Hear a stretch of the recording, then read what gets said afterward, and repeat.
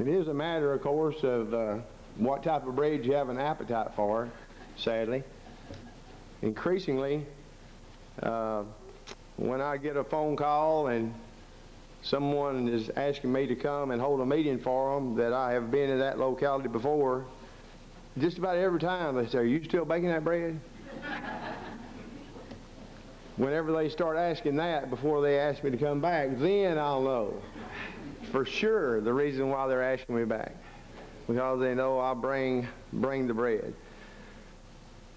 As Jim, of course, has directed our thoughts along that specific line, it just so happens that the lesson we're going to be looking at this morning, of course, is going to be dealing directly with applying God's will to our lives and becoming more Christ-like in our endeavors, and knowing that the only way that we can know how to do that is through an examination of this divine volume that He's given us that will truly take us to heaven above if we'll just follow the directions. We do have a road map. We're not lost like a sailor on the sea without a compass. We're not like groping around in the dark.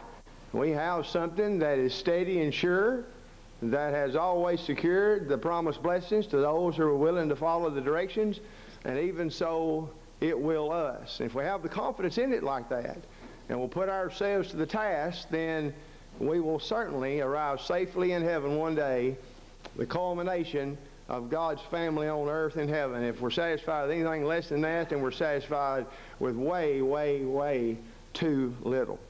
In our devotional reading a few minutes ago, of course, the Apostle Paul is writing to a young preacher by the name of Timothy, and what he says in comparative way to this young preacher of the gospel, of course, it applies to us as well. Somebody says, "Wait a minute, I'm not no young preacher, therefore what he says does not have application to me," and yet it does. And we'll see that to be the case, undeniably so, in our lesson this morning. And of course, what Paul does in this brief reading from 2 Timothy chapter 2 is simply following the example of the Lord Himself. The Lord oftentimes taught by way of comparison. And that's exactly what the Apostle Paul is doing in this brief reading too. He illustrates a biblical truth through means that are available here upon this earth for us to understand from and know. It's undeniable. The things that Jesus had to say by way of comparison, illustration, were those things that the common everyday man was aware of. He didn't use high-sounding words that were only available for those who had advanced degrees from some university somewhere. Neither did the Apostle Paul. Now, it's not that Paul could not have used those flowery words, but what would be accomplished by it? He appealed to the common man. And sadly, we live in a world that refuses to admit so many times that they are really all common men and women. We all have a solemn obligation, regardless of how we've been blessed here upon this earth, to humble ourselves enough to learn these lessons of history and these lessons of life that will secure us a home in heaven one day if we'll simply follow these directions. Illustrations for benefit. Remember at the end of the Sermon on the Mount, after Jesus had said in Matthew chapter 7 at verse 21, "Not everyone that saith unto me, Lord, Lord, shall enter the kingdom of heaven, but he that doeth the will of my Father which is in heaven." And then he describes what I sometimes refer to as an argument at judgment, playing on that phrase there. An argument that ensues in which individuals are sincerely convinced that that's exactly what they've been doing. They have been busy. And they respond to the Lord's decree, "Lord, Lord." And of course the Lord could have said, "Wait a minute, I just told you don't say that." They said, "Lord, Lord, have we not prophesied in thy name? And in thy name have cast out demons? And in thy name have done many wonderful works?" Now here's the claim of these who are arguing with the Lord. They're saying that's what we've been doing. What we've been doing in your name. That is, by your authority. By your authority, we have been prophesying, preaching. By your authority, we have been performing miracles. We've been casting out demons. By your authority, we've been doing many wonderful works. What would fit in that category? We've been building hospitals. We've been having marathons, and the money has been going to charity. We've been doing this. We've been doing that. As a matter of fact, We've got something going on every night of the week. There's somebody always at the building. The lights are always on. People are engaged in doing everything from aerobics to Christian weight loss. And the Lord says, "Depart from me, I never knew you, ye that work iniquity." Now here were individuals who had not apostatized. No, they never had got on the boat to begin with. Here were people who never had done anything they were doing by his authority. And then in the very next verse, he uses one of these illustrations to help it carry on to our understanding. So much so that it's one of the songs we always sing at Vacation Bible School. "Whosoever heareth these sayings of mine and doeth them, I will liken him unto a wise man that built his house on the rock." Here's a comparison. A comparison by means of illustrating the point that the proof in the pudding is in the doing. He's the person that hears and the person that does what he hears. That's the man that's blessed.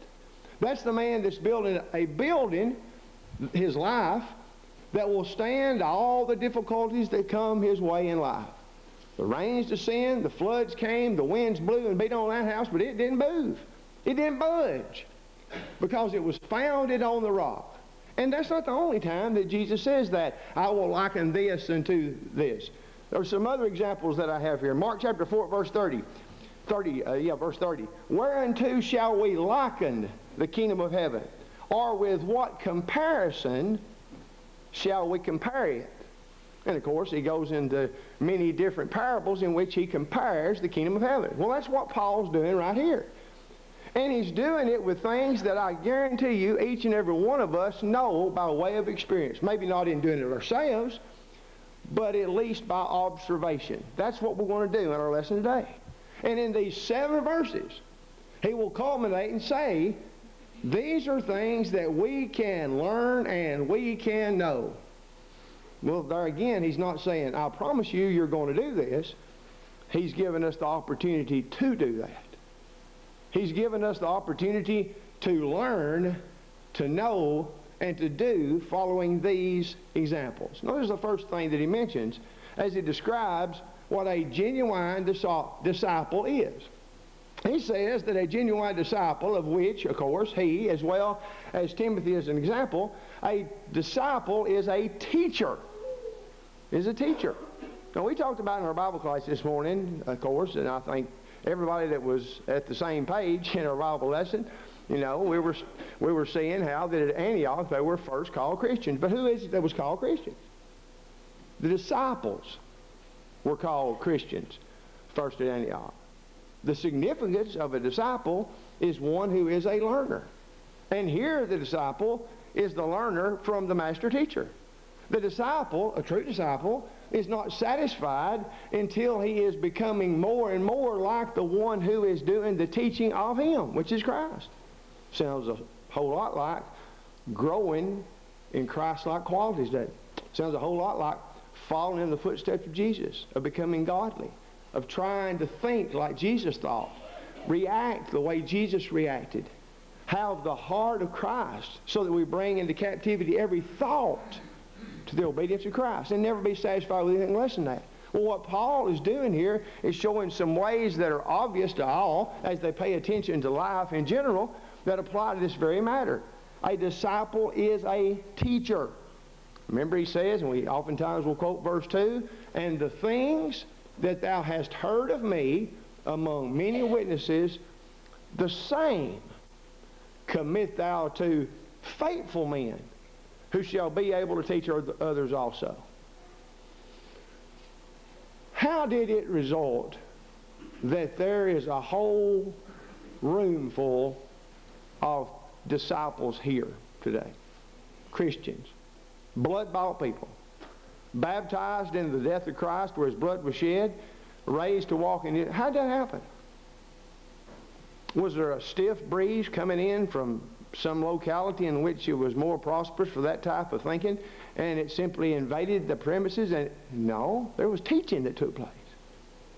There has never been a single solitary case of a person becoming a Christian without there being someone to teach them. It may be that they taught themselves through reading some other one's writings or studying the Scriptures themselves, honestly. But teaching is absolutely essential. Here, Paul tells Timothy that he is to be a teacher and tells him specifically what he wants him to teach. He wants him to teach the very same things that he himself has heard with his own ears Paul preach and teach. And guess what? That is all we have the right to teach and preach today, is what they taught and what they preached. As a matter of fact, that's the only time that we can ensure that what we're preaching and teaching is correct. It's what was taught by those first century Christians in a different context, in a different situation, but nonetheless the truth that resulted in individuals accepting that truth, obeying it, and being added by the Lord to the Lord's church. Now, if that's what a genuine disciple is, then we simply ask ourselves the question, am I one of them things? Am I a teacher? Am I a teacher? If the disciples were called Christians, and a disciple is a teacher, am I genuinely a Christian who is a disciple who is a teacher? And I believe we can either answer that either in the positive or the negative. We either are or we aren't. Do we ever try to communicate the message of salvation to those that need to hear it? Do we ever communicate the need to be restored to those who have gone away? If we don't, then we are not, as terms are defined, genuine Christians who are disciples, who are teachers. First and foremost, in this section of Scripture, Paul emphatically says that a character trait of a disciple is that he is a teacher. Now remember the problem, and this, of course, is going to be a problem in any generation. It was one in the first century.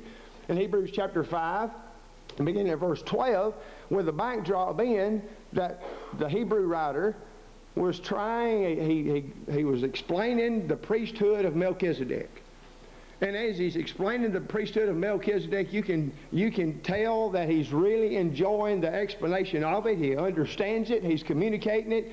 And then he gets to the point and says, man, I sure would like to go further in doing this, but I can't. And what happened? Did he forget his train of thought? Was he dealing with dementia? Was he getting old like me? No.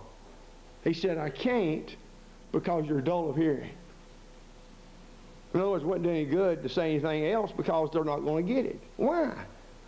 Well, they've not progressed as they should. And he addresses that specifically in the next verse.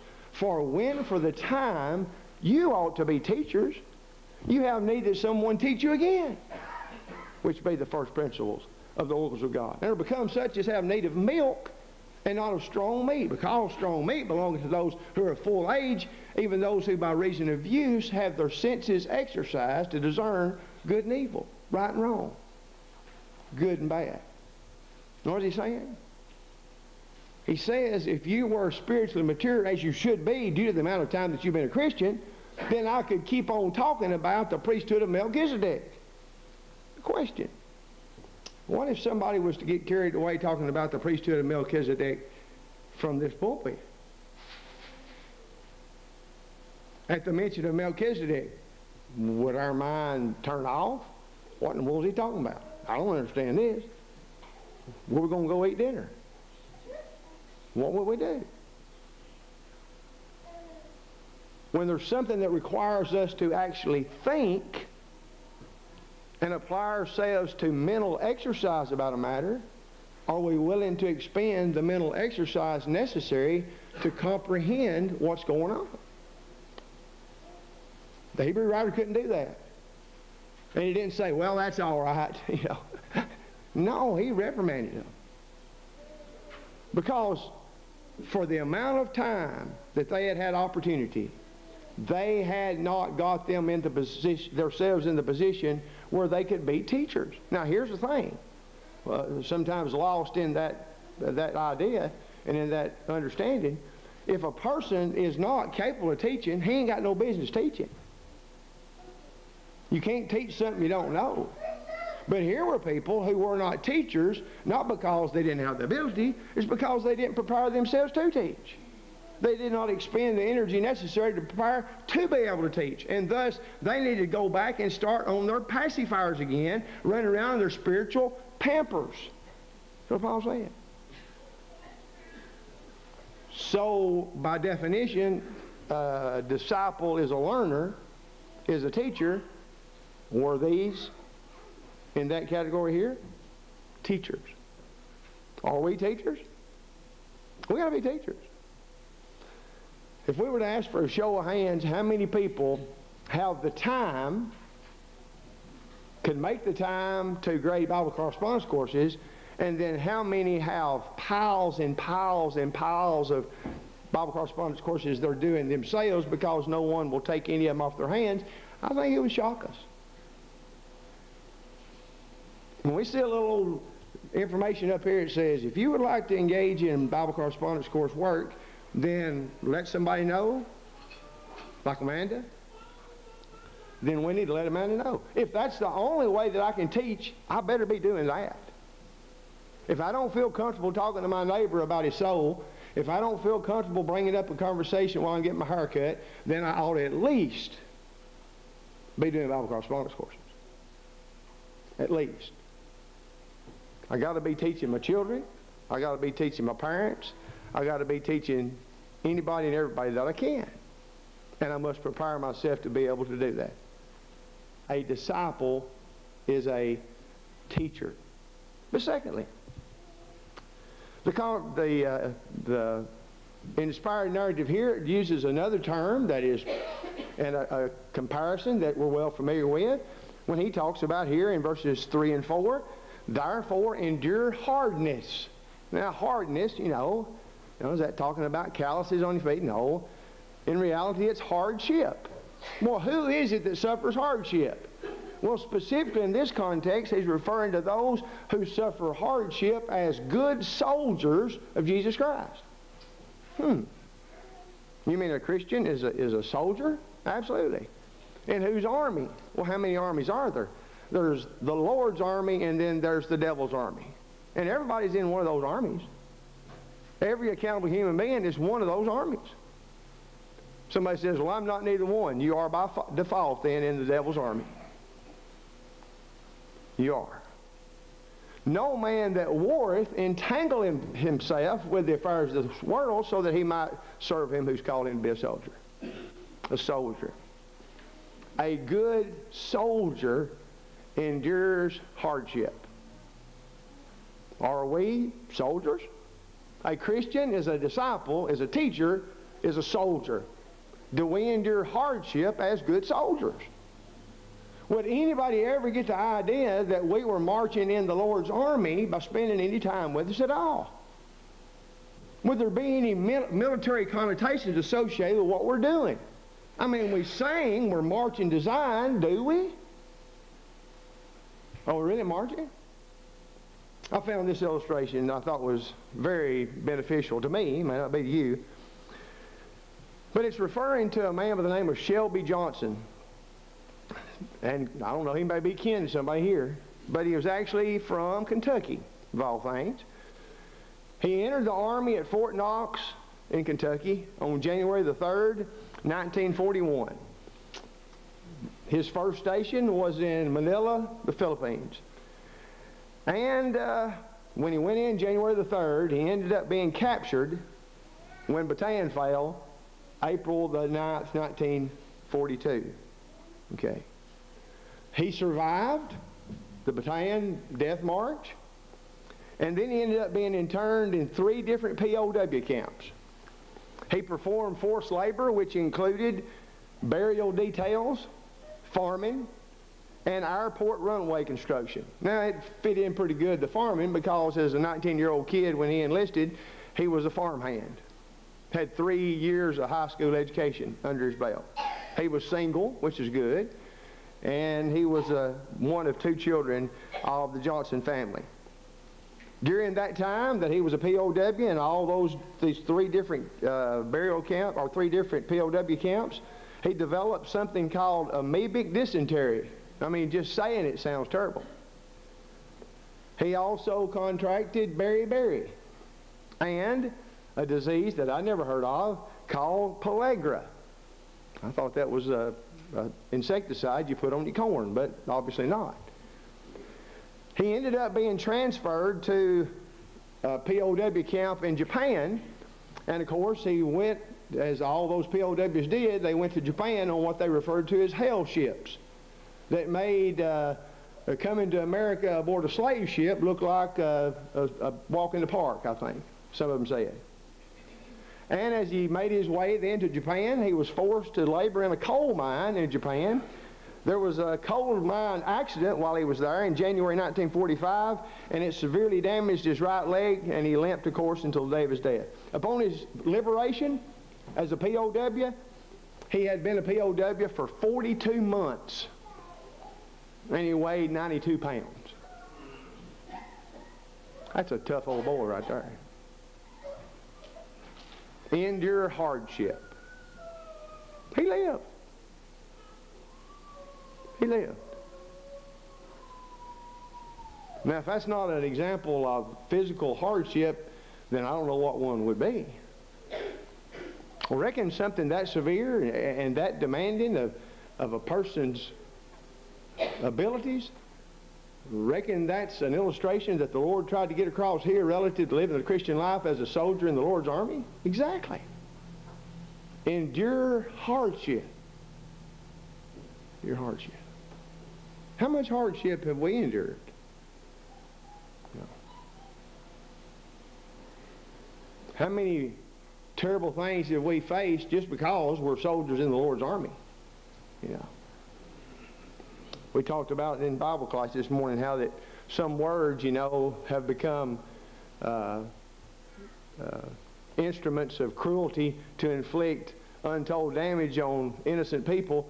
Just hurl them around and you end up doing great harm, like racist, you know. Call somebody a racist and then they're worthless from then on. Doesn't matter if they're not. Homophobe. Homophobe. What's wrong with you? Suffer hardness as a good soldier of Jesus Christ. Is it possible that in living the Christian life that sometimes we get just plain old soft to the point where any little old bitty thing causes so much harm that we throw up our hands and quit God and quit our brethren? Endure hardship as a good soldier. We're soldiers. We're good soldiers. The next thing that he mentions here is athletics. In verse 5, and if a man also strive for masteries, yet he is not crowned, except he strive lawfully. What does that mean? That means when you are playing a game or you're participating in a competition, there's something called the rules. The rules.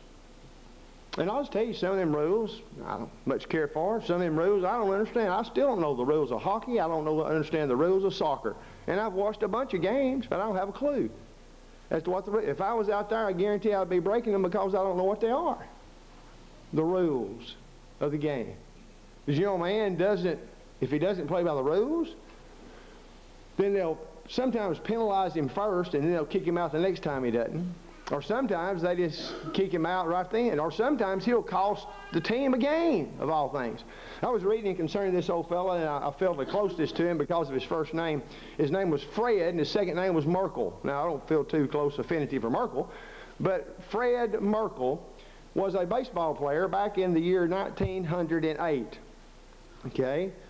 It was the first game, 19-year-old kid, it was the first game that Fred had got to start.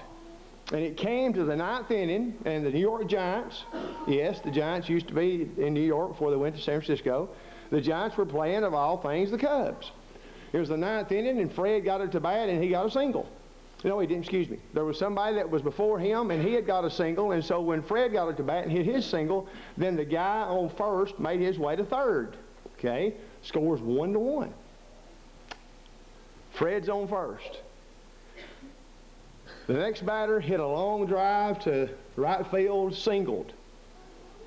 And the runner on third crossed home, and the game was over. No, it wasn't.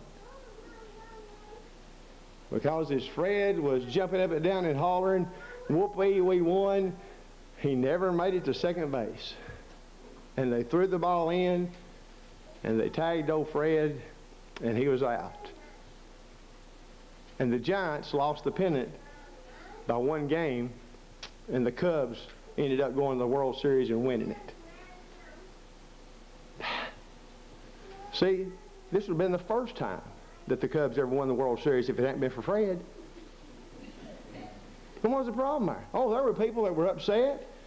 It ended up getting dark. They had to call the game to the next day because Fred's blunder. But he broke the rules. The actual rule says this: a run is not scored if the runner advances to home base during a play in which the third out is made by a runner being forced out. Didn't matter if it took him a week to get to second. The run don't count. They got me. Same thing, same principle applies to us. We got to play by the rules. We usually refer to it as doing Bible things in Bible ways, using Bible terminology to describe Bible things, and recognizing that all we do must be by the Lord's authority. Jesus said in John chapter 12, verse 14, he that rejecteth me and receiveth not my word, there's rules. The same will judge him at the last day. Them rules will find us at the last day. And the rules for the contest of life are clearly found in Scripture. Notice fourthly and lastly, a disciple, believe it or not, is comparable to a farmer. Now the King James does not make this as clear as it really is. And I think C.J. was reading from the New King James, which does make it clear. But the King James says this: the husbandman that laboreth must be first partaker of the fruits. Okay, that sounds all right, the husbandman that laboreth. But in reality, the emphasis is upon the laboring. In reality, it is the hard-working farmer that is to have the first share of the fruit. As one translation states it, and farmers who work hard are the first to eat what grows in their field. So here the disciple, who is comparable to a farmer, is a farmer who is a hard worker. Notice all these adjectives that just sound so demanding out of us. It's not just the person that owns the farm and he hires somebody else to work. It's the farmer that actually works. Disciples are workers. To the work, to the work. I started singing that going down the hall the other day at school, and man, everybody looked at me like I was crazy. To the work, to the work. That's what we're doing, working. Is that what we're doing? Worker. I mean, the planting and the watering and all the toil that goes into working on a farm. Now, that's the fellow that does that is worthy of what is produced on that farm. Would anybody, think about it, would anybody look at our discipleship and say, buddy right there is a hard-working farmer? And of course, then Paul concludes these 4 examples by saying, consider what I say, and the Lord give thee understanding in all things. Now, I'm going to go so far as to say that if you can't understand those comparisons, don't worry about it. You're not accountable anyhow. Don't worry about it. You'll make it just fine, because obviously you don't have a driver's license. You can't hold down a job. They may be pushing you through school, but you won't be able to write your name when you graduate if you can't understand them. The fact is, we can understand them. And they're there for a purpose. For us to see that this business of being a Christian is not something that we kick our feet back and relax in, but something that we actively pursue, because it's a bigger cause than ourselves, and we give ourselves wholly to it. Have you? Why haven't you? Have you obeyed the simple commands of the gospel and begun life in the army of the Lord? You've been blessed with an opportunity today that you can do just that. You can begin the life of a Christian, the greatest life that's possible to live, the only life that promises dividends beyond this old world. You can enjoy the eternity of heaven with the redeemed of all ages if you'll simply obey the gospel and be faithful. If you're not doing that, why not determine to begin doing that today or to return, having wandered away as an erring child of God? A song has been selected that through its words will seek to encourage you as well to come while we stand and while we sing.